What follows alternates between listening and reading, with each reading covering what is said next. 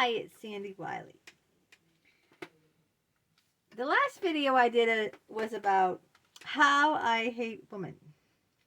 Now, as a kind of like part 2 of that, I want to teach you how to spot a dishonest friend. Before you get your heart all broken, before you invest years and years and years into a friendship that you probably shouldn't have invested one day in. I had to undo everything that I thought I knew. Like, I had to relearn. Like, basically, I had to,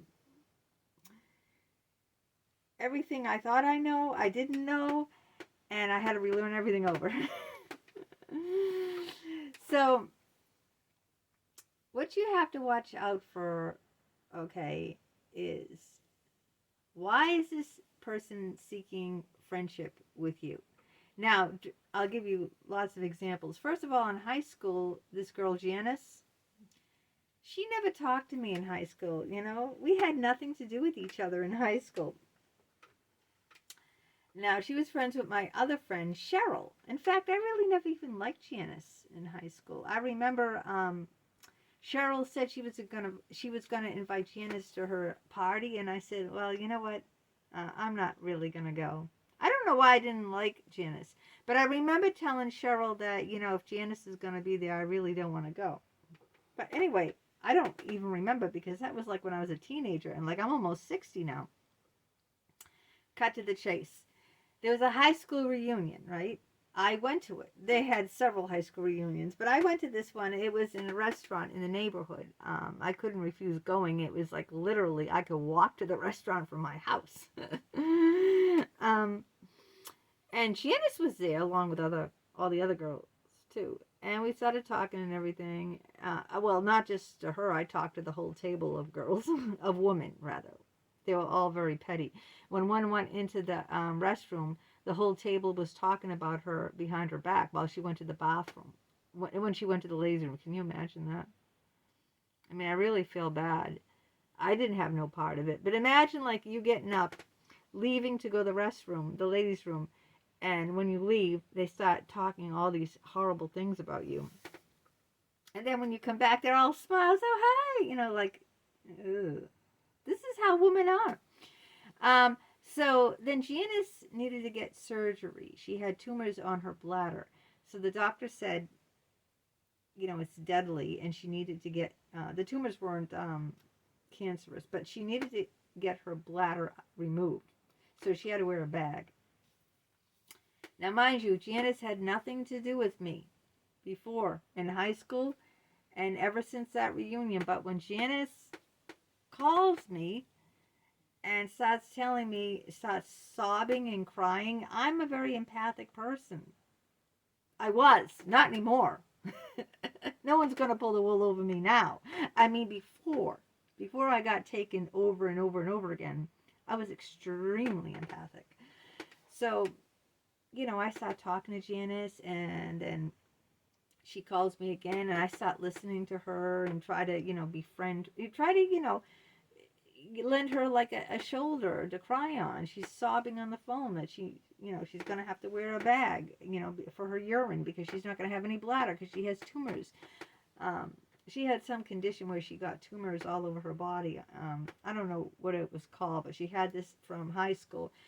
And this time they found, I mean, tumors naturally grow on her, but, you know, and they found this on her bladder. Well, then she wanted me to meet her at bars for lunch. All the other girls from high school, they all worked, okay? I was the only one probably not working. And she didn't want to drive at night because she didn't like driving in the dark because she had cataracts in her eyes. So it wouldn't do good to meet her other girlfriends at night to have a drink or two because she didn't want to drive at night. So guess who was available to meet her, you know, to during the afternoon to have drinks? Me! And guess who was available to listen to her, you know, about her health complaint over and over and over again? Me! And so that's what we did. She'd call me up and you know, I still feel horrible, and talk all about her health conditions. And we meet at the bars, and she'd have a few drinks, and you know that's someone who was using me. She only called to talk about her health problems. She I was the only one available to go to the bars in the afternoon. It was me. And that's a big red flag. What does this person need from you? Like my other best friend Holly, um, I invited her, met her at the park. We had a lot in common. Invited her for a beautiful lunch with her children and her husband at my house, and never heard from her in 9 months. Never. And I invited her to my home. I had a big, I had a huge, everything you could want with dessert and everything. Had her kids, and her husband. And 9 months go by. My parents died back to back. Never a phone call from Holly. My cousin came in and stole my inheritance. I had to get a lawyer at the same time. I'm trying to bury my parents back to back. It was a nightmare. Then all of a sudden, I got an invitation in the mail to her son's first birthday party. My husband said, "Why is she inviting you? You haven't heard from her in 9 months. I don't think we should go. Don't you think that's kind of strange? Like, why would she all of a sudden invite you?" It turned out that her remember, that's the girl that keyed her ex-friend's car. A bunch of her friends dumped her. So she was down to the wire on friends. I don't want to say she's 100% friendless, but she didn't have many friends because a good group of people dumped her. She didn't have many people at her son's first birthday because her friends who had children are no longer friends with her now. They're enemies with her. So, oh yeah, who can I invite here? I got no one to come. My husband said she just needed a warm body at the party. So, there you go. You always have to ask yourself, why is this person, wanting to be my friend? What do they need from me? Like, for instance, if a person doesn't have a car and you have a car. Do you know that's how my mother-in-law ended up married?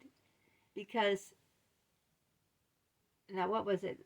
My father-in-law drove my mother-in-law and her boyfriend around because he had a car. Her boyfriend did not have a car.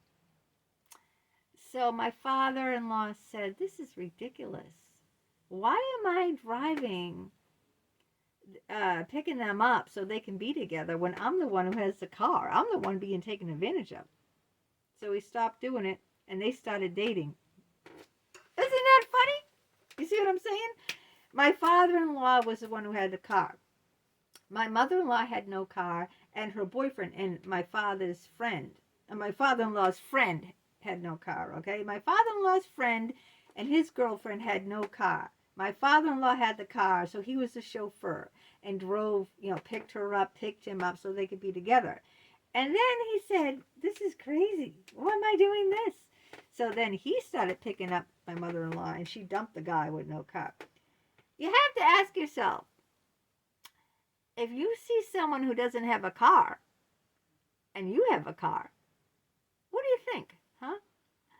You have to ask yourself that question. Why do they want to be friends with me? Oh, right! So I can chauffeur them all around. No, ain't going down with me, honey. I'm smart. Now, I used to be really stupid. I used to be really stupid, It's like, ain't going. It ain't happening, You're not going to no one is going to walk all over me. Them days is over. So what you have to ask yourself is, and like with Holly, right? Get this. Every time I made plans with her, like something would, this is after she met her boyfriend, Dave, after she was going through a divorce. he was married. They were having an affair. I'm not putting down anyone because I've done it myself, okay? But here's the difference between me and her. I'll make time for my friends, okay? Or I used to, right? She, on the other hand, the only time she would make is if Dave was busy. Then she'd be like, oh, you want to get together? Because Dave was busy. Never be someone's second choice, ever, ever. If your friend can't make time for you, they're out. It's not like, oh, we had a friend like, Andrew had a friend like that, Steve. He'd come home from college during the summer, and Steve wouldn't call us till like the last week, right before, the last week of summer before he's going off, right, back to college. And it's like, he just called because all of his other friends were busy doing something. See, don't be someone's second choice. See what I'm saying? That doesn't fly with me anymore. You gotta pay attention. Like, what's Dave doing? Oh, he's busy. Oh, you want to get together today? I see. Second choice. You got nothing better to do without, yeah, that ain't flying. That did fly, but always ask yourself what they want, what they need from you. Are you on level plane? Okay? Because if someone really likes you and says, okay, I really like this person, okay? How about we say, you know what? Let's meet at Dunkin' Donuts. I'll meet you there at 12. We'll get a coffee together, okay? She drives to Dunkin' Donuts. You drive to Dunkin' Donuts. No one is the chauffeur. No one's picking up no one. It's not because it's not at the last minute because, oh, her lover, her boyfriend is busy. So I guess you'll do. You make plans in advance. How about Wednesday? How about this Wednesday, me and you will meet at Dunkin' Donuts for a coffee? Now, see, that's a level. That's equal. That's a level plane, you see? You make plans in advance, not the last second when, oh, gee, my lover is busy. I guess you'll do. And they get there themselves. You're not chauffeuring, you know? They don't need anything. And it's not like they got, oh my God, they're so upset because they broke up with their boyfriend. Can you meet me Wednesday? Like, I'm not saying that you're not supposed to, open up to your girlfriends or talk about your problems. I'm saying be careful if that's all they call you for. I've had a girlfriend like that, Linda. My husband said, why do you want to bother with her? All she does is call you when she has a problem, And she usually have a problem every week. Because every week she'd be calling me. And she had a guilty conscience. She wanted me to say, there, Linda, it's okay. She said, I didn't know he was married. He never take me back to his place. He never gave me his phone number, but he didn't wear a ring. I didn't know he was married. I didn't, I go, of course you didn't, Linda. You didn't commit adultery. You didn't know. She just needed someone. She'd call me at work. These girls would come when I'm working. I was on the job, okay? They'd call me at work. Holly would show up. Well, it's a public mall. But she'd show up to complain about her problems. And I'm, my boss knows, hey, you're not supposed to be fraternizing with your friend. And it's like, yeah. You see what I'm saying? You've got to have the radar out. Before I had no radar. The person shouldn't need anything from you. The person shouldn't want anything of you. And the person should put you first. Not like, oh, well, these plans fell through. Oh, these friends kind of turned their back on me. Well, I guess you'll do because I got no one else. Have the radar up. You know what I mean? Ask yourself, like, why is this person calling me? They didn't call me in 9 months. That's what my husband's first question was. Why is she calling you now? She didn't bother with you 9 months. Your parents died back to back. You went through all this hell. You went through it alone. I don't call people. I don't, when I'm upset or something, I don't go bothering, people and dumping all my shit on them. So you've got to have that radar up. You've got to ask yourself, are you on equal ground? Is this person looking for something, from you? Or is this person, using you, your second choice? Never be someone's second choice, okay? If your friend only calls because, oh, I'm bored today,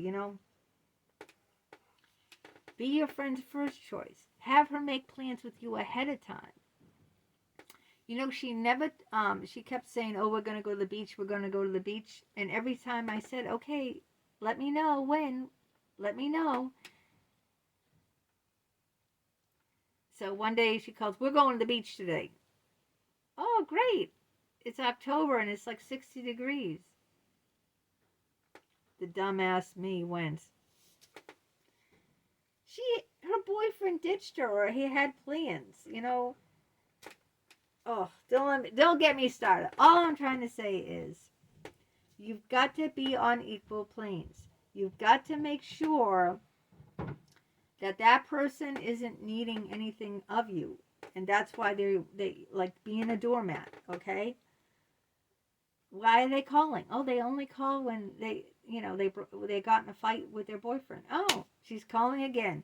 Does she ask how I am? Does your friend ever say, how are you doing? Tell me about your day. Tell me about your handicapped son. Tell me what you're going through. Or are they just calling to say, oh, that jerk, you won't believe what he did. Blah, blah, blah, blah, blah, blah.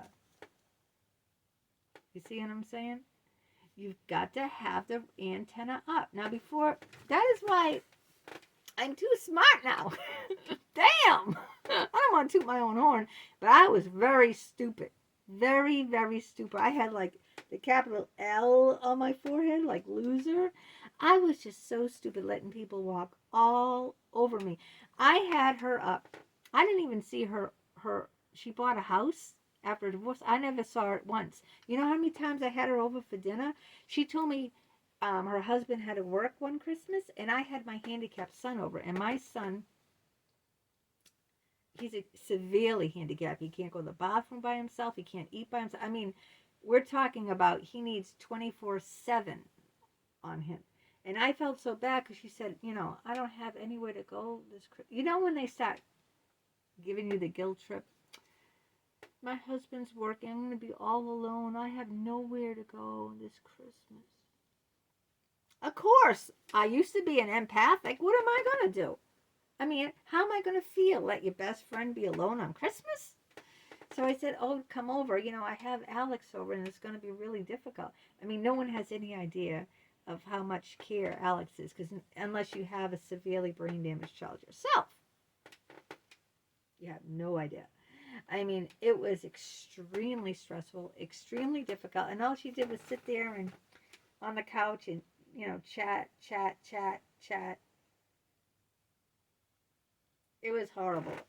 So, I'm glad now I just have my husband, my two sons, and I'm happy like that. I'm happy because looking back, I learned a lot, It's not just shrinks that are jerks, and I'd never go to another shrink again. It's that a lot of women are jerks, They don't know, they just use people, and I'm never going to be used again, It's not happening. So keep your intent.